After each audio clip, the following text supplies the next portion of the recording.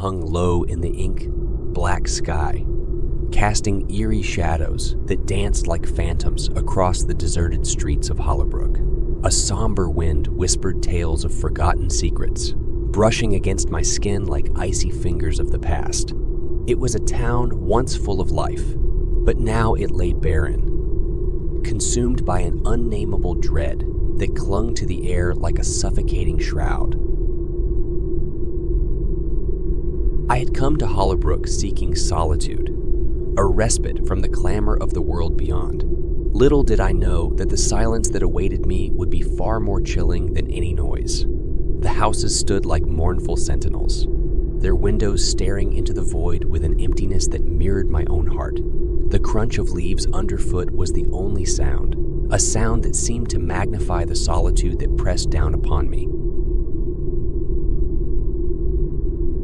As the days stretched on, I uncovered whispers from the past. The locals had fled, driven away by something they dared not utter.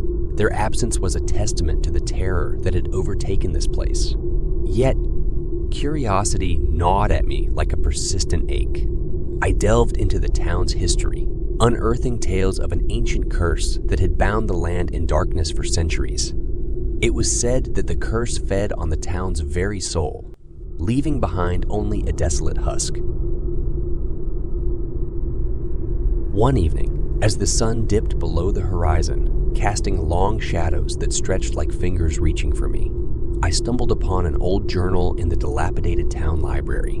The words within spoke of a ritual, a desperate attempt to break the curse.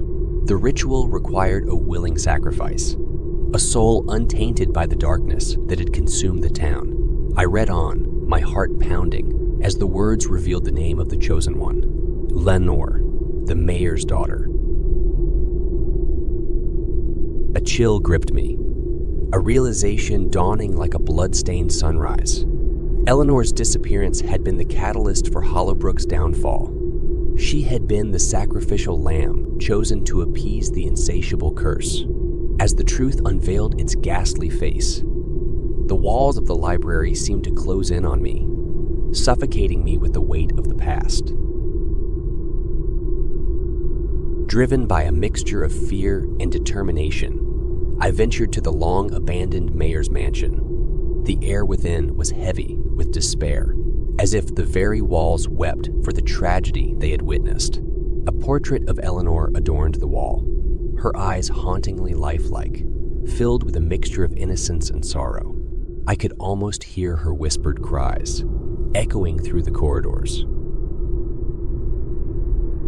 In a forgotten chamber, I found it, the remnants of the ritual, an altar of forgotten dreams, surrounded by wilted flowers and aged candles.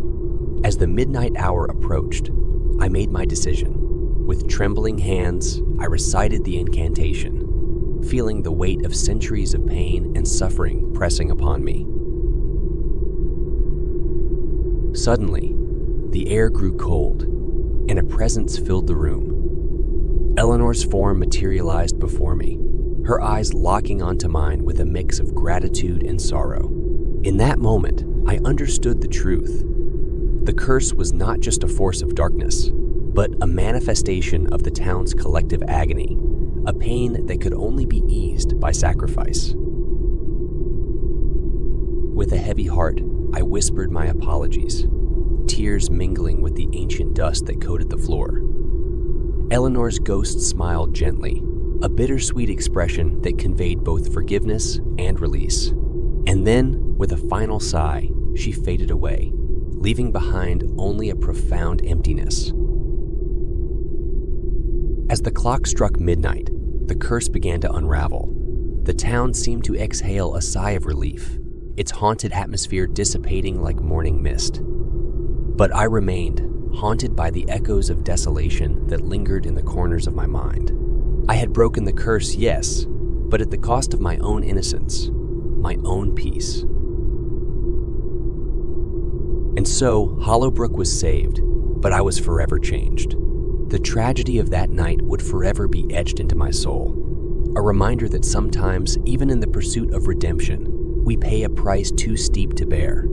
a price measured in the echoes of a lost innocence and the haunting embrace of a curse long gone, yet never truly forgotten.